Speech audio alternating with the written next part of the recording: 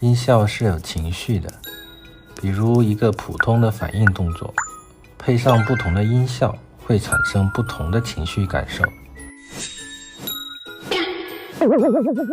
音效大体分为两种，一种是物理音效，也就是物体本身的声音；另一种是氛围音效，指的是画面中本身并不存在的声音，是后期添加上去的，用来烘托动作或者画面的音效。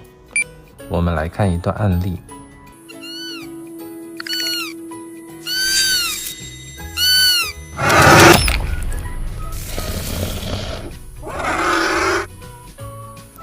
是不是挺好玩的？氛围音效的使用非常广泛，但也容易被忽略。具体讲解起来会比较复杂，有兴趣进一步了解的同学可以在评论区留言。下期见。